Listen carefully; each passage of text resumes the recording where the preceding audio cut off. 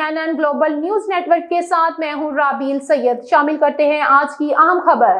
وزیر اعلیٰ پنجاب مریم نواز کے دیرانی پروگرام کے تحت توبہ ٹیکسنگ میں 29 جوڑوں کی اجتماعی شادیوں کی شاندار تقریب منعقد ہوئی۔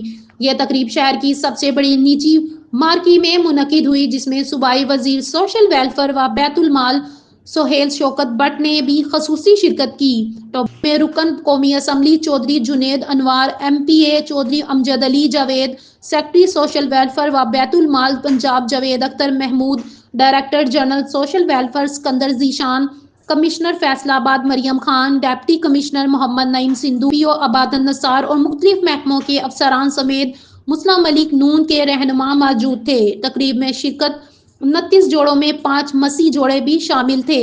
صوبائی وزیر نے وزیر اعلیٰ کی ہدایت پر تمام جوڑوں کو 1 لاکھ روپے سلامی اور ضروری گھریلو سامان بطور تحفہ پیش کیا، جن میں ڈبل بیڈ، میٹرس، کھانے پینے کا سامان، ڈنر سیٹ، پنکھے اور دیگر اشیاء شامل تھی۔ شادی کے تمام اخراجات حکومت پنجاب نے برداشت کیے، جبکہ تقریب میں ضلعی انتظامیہ کی جانب سے ٹرانسپورٹ کی سہولت بھی فراہم کی گئی۔